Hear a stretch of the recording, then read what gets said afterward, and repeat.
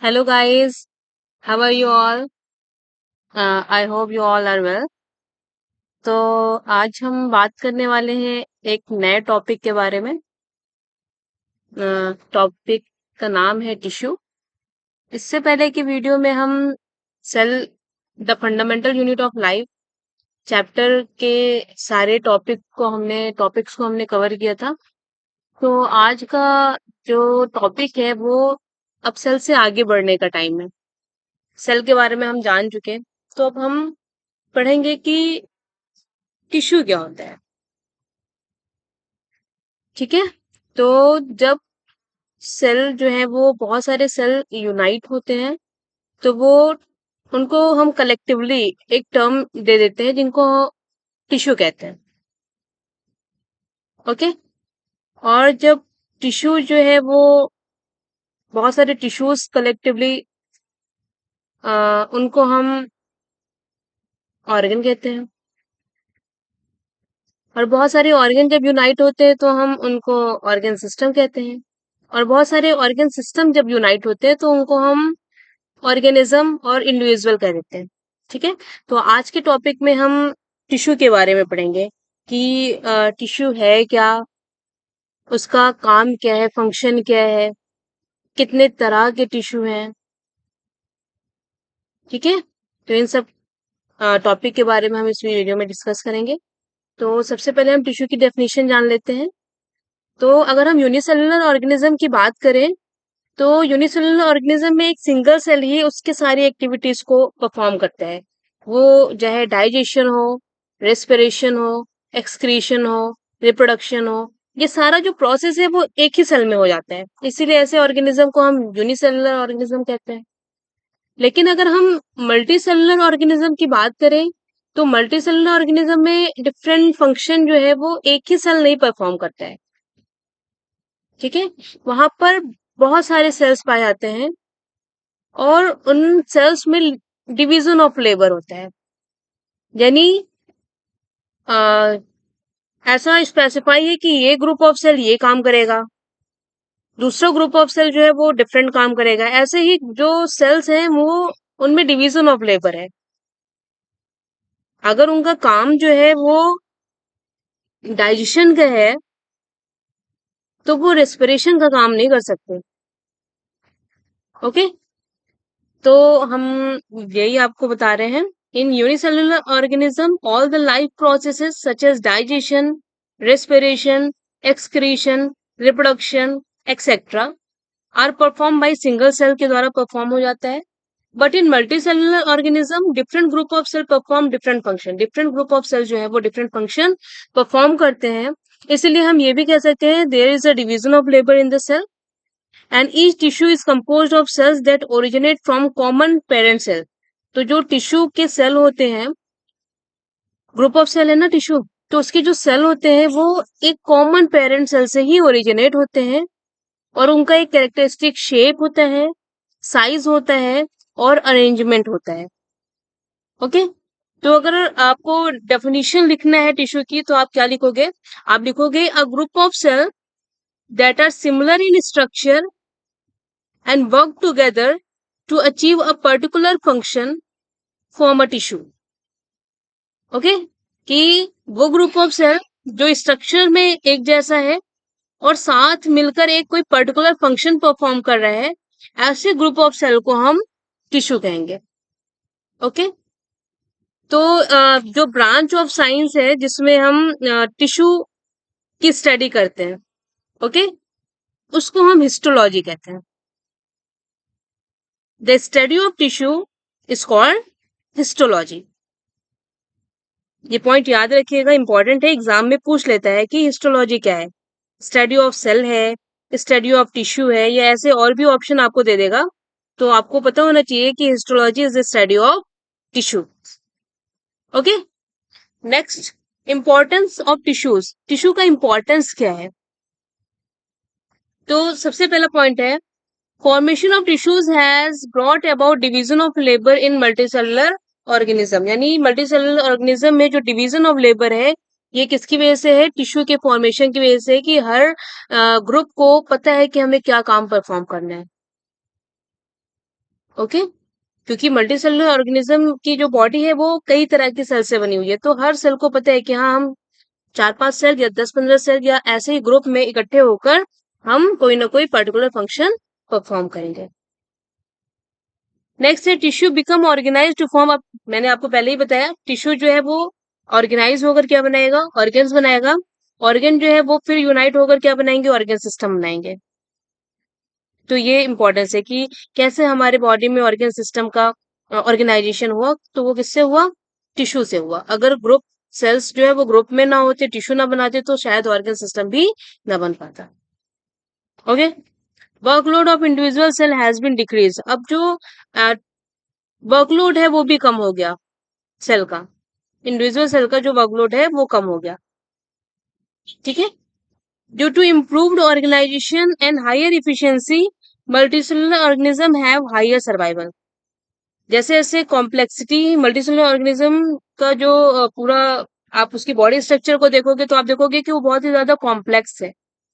ठीक है, तो और उसके अलग अलग जो टिश्यू है वो आप कहोगे अलग अलग फंक्शन परफॉर्म कर रहे हैं। ठीक है, तो ऐसे उनका जो सर्वाइवल है वो क्या है, बढ़ गया है। उनकी एफिशिएंसी, वर्क करने की एफिशिएंसी क्या है, बढ़ गई है, और जिससे कि मल्टीसेलुलर ऑर्गेनिज्म का सर्वाइवल भी क्या हो गया है, बढ़ गया है। ठीक है, इतना समझ में आया। तो मैंने आपको पहले बताया टिश्यू किसे कहते हैं। आप कहोगे group of cell that are similar in structure and perform specific function, this group of cell is called tissue. Okay, फिर दूसरा आपसे पूछे स्टडी टिश्यू की स्टडी को हम क्या कहते हैं, तो आप बताओगे हिस्टोलॉजी कहते हैं। ठीक है, फिर आपसे पूछे टिश्यू का इंपॉर्टेंस क्या था, तो आप बताओगे पहला पॉइंट कि टिश्यू जो है वो फॉर्मेशन ऑफ टिश्यू हेल्प करता है डिवीजन ऑफ लेबर में मल्टीसेलुलर ऑर्गेनिज्म के। ठीक है, और दूसरा आप बताओगे कि टिश्यू ऑर्गेनाइज होकर ऑर्गन बनाते हैं, ऑर्गन ऑर्गन सिस्टम बनाते हैं। ये इंपॉर्टेंस है टिश्यू का। फिर आप कहोगे कि जो सेल का वर्कलोड है वो डिक्रीज हुआ है, कम हुआ है टिश्यू के फॉर्मेशन की वजह से। और लास्ट आप कहोगे कि मल्टीसेलुलर ऑर्गेनिज्म की जो सर्वाइवल जो है वो क्या हो गया है, हायर हो गया, उनकी एफिशिएंसी क्या है, बढ़ गई है, ऑर्गेनाइजेशन उनका इम्प्रूव हुआ है। ठीक है, अब नेक्स्ट हम बात करते हैं टाइप ऑफ टिश्यूज की। तो टिश्यू को हम डिफ्रेंशिएट करेंगे। आप बात करोगे कि प्लांट सेल, एनिमल सेल में, तो प्लांट की बॉडी भी आप देख रहे हो कि वो मल्टी सेलुलर है, एनिमल की बॉडी भी मल्टी सेलुलर है। ठीक है, तो उनमें जब मल्टी सेलुलर है, कई तरह के सेल हैं, तो उनमें क्या होगा, वो टिश्यू जरूर पाया जाएगा। ठीक है, तो टिश्यू को डिफ्रेंशिएट किया गया। प्लांट में जो टिश्यू है उसको हम प्लांट टिश्यू कहेंगे, जो एनिमल में है वो उसको हम एनिमल टिश्यू कहेंगे। ठीक है, तो सबसे पहले टिश्यू को दो कैटेगरी में डिफाइन किया गया है, एक प्लांट टिश्यू, दूसरा क्या है, एनिमल टिश्यू। ठीक है, और फिर प्लांट टिश्यू को हम फिर और जब कैटेगराइज करेंगे तो हमने देखा कि प्लांट टिश्यू को दो कैटेगरी में डिवाइड किया गया है। First one is meristematic tissue और दूसरा क्या है, परमानेंट टिश्यू। पहला क्या है, मेरिस्मेटिक टिश्यू, दूसरा क्या है, परमानेंट टिश्यू। ठीक है, अब मेरिस्मेटिक टिश्यू को भी तीन कैटेगरी में डिवाइड किया गया है, एपिकल मेरिस्टम, लेटरल मेरिस्टम और इंटरकैलरी मेरिस्टम। ठीक है, और नेक्स्ट है परमानेंट टिश्यू। परमानेंट टिश्यू को दो कैटेगरी में डिवाइड किया गया है, एक सिंपल, आपका सिंपल परमानेंट टिश्यू है, दूसरा कॉम्प्लेक्स और कंपाउंड परमानेंट टिश्यू है। सिंपल परमानेंट टिश्यू जो है उसको भी तीन कैटेगरी में डिवाइड किया गया है, पैरेंकाइमा, कोलेंकाइमा एंड स्क्लेरेंकाइमा। ठीक है, और जो कॉम्प्लेक्स एंड कंपाउंड टिश्यू है परमानेंट टिश्यू, उसको दो कैटेगरी में डिवाइड किया गया है, xylem and phloem, phloem and xylem. ठीक है, तो आपको याद रखना होगा टिश्यू डिवाइड हुआ है दो में, plant tissue and animal tissue. तो सबसे पहले हम प्लांट टिश्यू की बात कर लेते हैं। तो प्लांट टिश्यू की भी दो कैटेगरी है, meristematic tissue and permanent tissue. Meristematic tissue में apical meristem, lateral meristem, intercalary meristem.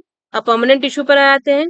Permanent tissue में simple permanent tissue, complex permanent tissue. Simple permanent tissue में पैरेंकाइमा, कोलेंकाइमा एंड स्क्लेरेंकाइमा, और जो complex permanent tissue है उसमें xylem and phloem, phloem and xylem.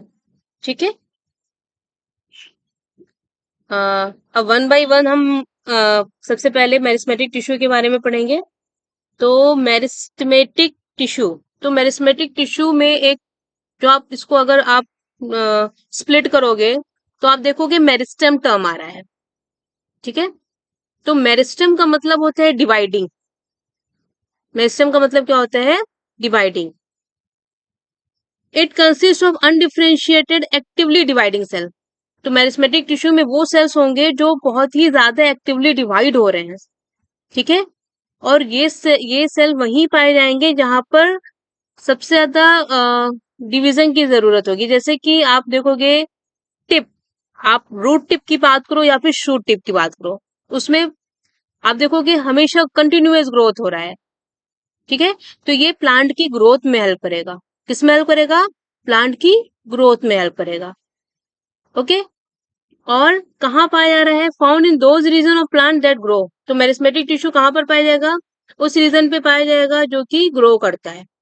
Grow क्या कर रहा है? अगर आप ऊपर देखोगे प्लांट के अबव ग्राउंड पार्ट को देखोगे तो शूट जो है, शूट की जो टिप है वो कंटिन्यूअस ग्रोथ करती है।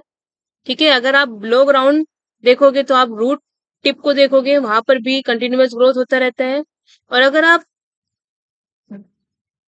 स्टेम की बात करो, शूट पोर्शन की बात करो, तो उसके आप देखते हो गर्थ में भी इंक्रीज होती है, यानी उसकी थिकनेस भी इंक्रीज होती रहती है। तो ग्रोथ कहाँ पर होगा? कैम्बियम ग्रोथ होगा। ठीक है, तो आपसे अगर कोई पूछे मेरिस्मेटिक टिश्यू कहाँ कहाँ पर कौन से प्लांट के कौन से रीजन में पाया जाता है, तो आप कहोगे रूट टिप में, शूट टिप में और कैम्बियम। ठीक है, these tissue are living and bring about an increase. ये जो टिश्यू होते हैं यानी यहाँ के जो सेल्स होंगे वो क्या होंगे? लिविंग होंगे, और क्या करेंगे? इंक्रीज करेंगे लेंथ, प्लांट की जो लेंथ है उसको इंक्रीज करेंगे, या फिर उसके गर्थ, थिकनेस को, प्लांट की थिकनेस को इंक्रीज करेंगे। ठीक है, next one is characteristic of meristematic tissue. अब मेरिस्मेटिक टिश्यू जो है उनके सेल की खास बात क्या है, फीचर क्या है उनके? तो सबसे पहला फीचर है the cells are in active stage of cell division. यहाँ पर मैंने कहा ना, ऐसे सेल्स पाए जाते हैं जो बहुत ही एक्टिवली डिवाइड करते हैं। तो यहाँ पर जो सेल होंगे उनमें बहुत ही ज्यादा एक्टिव डिवीजन होगा, बहुत जल्दी जल्दी डिवीजन होगा। तो सबसे पहली बात यह है कि यहाँ के सेल जो होंगे वो एक्टिवली डिवाइड करेंगे। दूसरा है each meristematic cell contain dense और एबंडेंट साइटोप्लाज्म। यहाँ के जो सेल होंगे, मेरिस्मेटिक सेल्स जो होंगे, उनमें क्या होगा? डेंस साइटोप्लाज्म होगा और ज्यादा होगा, एबंडेंट अमाउंट में होगा। और इनका जो न्यूक्लियस होगा वो भी क्या होगा? लार्ज न्यूक्लियस होगा। ओके, थर्ड पॉइंट है the meristematic cells are compactly arrange. यहाँ पर जो सेल्स होंगे, मेरिस्मेटिक सेल्स जो होंगे वो बहुत ही कॉम्पैक्टली अरेंज होंगे, यानी उनके बीच में इंटरसेलुलर स्पेस बहुत कम होगा, या फिर आप कहोगे नहीं होगा। Next one, cell wall is made up of thin cellular layer. यहाँ की सेल वॉल जो है वो थिन सेलुलर लेयर की बनी होगी, क्योंकि उसको बहुत ही रैपिडली क्या करना है? डिवाइड करना है। सेल का जो शेप होगा वो स्फेरिकल भी हो सकता है, ओवल, पॉलीगोनल और rectangular in shape.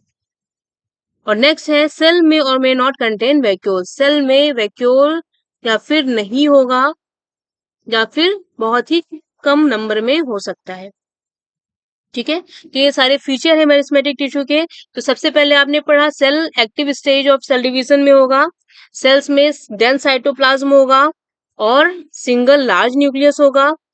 Meristematic cells जो होंगे वो कॉम्पैक्टली अरेंज होंगे, इनकी जो सेल वॉल होगी वो थिन सेलुलर लेयर की बनी होगी। ठीक है, सेल का शेप स्फेरिकल, पॉलीगोनल, ओवल और रेक्टेंगुलर कोई भी शेप हो सकता है। और सेल में वैक्यूल जो होगा वो बहुत कम या फिर नहीं भी होगा। ठीक है, अब फंक्शन क्या है मेरिस्मेटिक टिश्यू का? It have the ability to divide, hence they continuously divide to produce new cell. In यहाँ के सेल्स में एबिलिटी होता है कि वो बहुत ही जल्दी जल्दी डिवाइड कर सकते हैं। ठीक है, इसलिए वो नए नए सेल्स बनाते हैं, और जिससे कि क्या होता है? प्लांट की जो आपका ग्रोथ है वो कंटिन्यूअसली होता रहता है। Okay, the cell of the root tip and shoot tip bring about an increase. और मैंने आपको बताया कि मेरिस्मेटिक टिश्यू जो है वो रूट टिप और शूट टिप पर पाए जाते हैं वहीं पर। तो ये प्लांट की लेंथ को इंक्रीज करने में क्या करते हैं? हेल्प करते हैं। The cells in the lateral region, अब लेटरल रीजन में जो सेल पाया जा रहा है वो क्या होगा, उसमें अगर डिवीजन होगा तो वो that is cambium bring about an increase in the girth of the plant. तो प्लांट की थिकनेस क्या होगी, बढ़ेगी। प्लांट की थिकनेस क्या होगी, बढ़ेगी। और यहाँ पर जो होगा वो कैम्बियम का फॉर्मेशन होगा। किसका फॉर्मेशन होगा, कैम्बियम का फॉर्मेशन होगा, जिससे कि प्लांट की थिकनेस क्या होगी, इंक्रीज होगी। ओके, सो नेक्स्ट अगर हम बात करें तो लोकेशन के बेसिस पे मेरिस्टेमेटिक टिश्यू को 3 कैटेगरी में डिवाइड किया गया है। एपिकल मेरिस्टम, लेटरल मेरिस्टम जिसको हम कैम्बियम कहते हैं, और तीसरा है intercalary meristem. Apical meristem, apical meristem ये क्या होगा, ये एपेक्स रीजन पे पाया जाएगा। Present at the apex of root and stem, ये स्टेम के एपेक्स और आप कह सकते हो रूट के भी एपेक्स पे ये मेरिस्टेम पाया जाएगा। और ये क्या होगा, लेंथ इंक्रीज करेगा। स्टेम की भी लेंथ को इंक्रीज करेगा और रूट की भी लेंथ को क्या करेगा, इंक्रीज करेगा।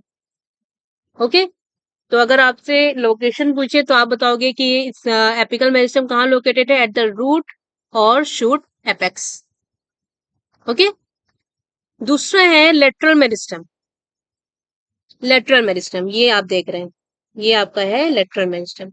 यहाँ पर सेल्स जो है वो एक्टिवली डिवाइड करेंगे और एक्टिवली डिवाइड करने के बाद ये क्या करेंगे, सेल की थिकनेस को बढ़ाएंगे, यानी यहाँ जो प्लांट की थिकनेस है वो इंक्रीज होगी, ऐसे इंक्रीज होगी। ठीक है, they lie on the lateral side of the stem and root, stem और रूट की लेटरल साइड में ये पाए जाते हैं। और ये हेल्प करते हैं increasing the thickness of the stem and root, root और स्टेम की थिकनेस को क्या करते हैं, ये बढ़ाते हैं। कौन, लेटरल मेरिस्टेम। ठीक है, नेक्स्ट है इंटरकैलरी मेरिस्टेम। इंटरकैलरी मेरिस्टेम देखिए, ये आपको इंटरकैलरी मेरिस्टेम दिखाया गया है। ये कहाँ पर पाए जाते हैं, they lie at the base of leaves और इंटरनोड्स ऑन ट्विग्स। देखिए, अब हम नोड और इंटरनोड की बात कर लें। ये आप जब भी आपको स्टेम देखते हो ना, तो आप देखते हो वहां पर आपको वो पार्टीशन दिखता है यहाँ पर ऐसे। ठीक है, तो ये जो आपको यहाँ पर जैसे ये दिख रहा है और ये दिख रहा है, तो ये क्या है आपका, ये दोनों आपके ये नोड हुए। ये क्या है, नोड। ये आपका एक नोड हुआ, ये आपका दूसरा नोड हुआ। और इसके बीच का जो रीजन है उसको हम कहते हैं इंटरनोड। उसको हम क्या कहते हैं, इंटरनोड। ठीक है, तो कहाँ पर लाई कर रहे हैं इंटरकैलरी मेरिस्टेम, लीफ के बेस पर या फिर पाए जाएंगे, या फिर इंटरनोड्स के पास, यहाँ पर आपके पाए जाएंगे इंटरनोड्स के पास। ये देखिए, इंटरनोड्स के पास, ये जो रीजन है ना, ये पूरा इंटरनोड है ना, इंटरनोड्स के पास। ठीक है, और ये क्या करते हैं, help in the longitudinal growth of plant. ये इंटरनोडल रीजन को बढ़ाते हैं। ठीक है, यहीं पर ये स्टेम पाए जा रहे हैं, ये सॉरी ये मेरिस्टेम पाए जा रहे हैं यहीं पर, इंटरकैलरी मेरिस्टेम यहाँ पर इंटरनोड के पास। तो ये क्या करते हैं, ये इंटरनोड के लेंथ को बढ़ाने का काम करते हैं। ठीक है, तो आप इन तीनों का फंक्शन याद रखेंगे। एपिकल मेरिस्टेम का फंक्शन है responsible for increase in length of an axis. ठीक है, लेटरल मेरिस्टेम का काम क्या है, help in increasing the thickness of stem and root. और इंटरकैलरी मेरिस्टेम का काम क्या है, ये रिस्पॉन्सिबल है for increase in the length of the internodal region. Internodal region की लेंथ को इंक्रीज करते हैं। ठीक है, अब हम अगर बात करें परमानेंट टिश्यू की, तो परमानेंट टिश्यू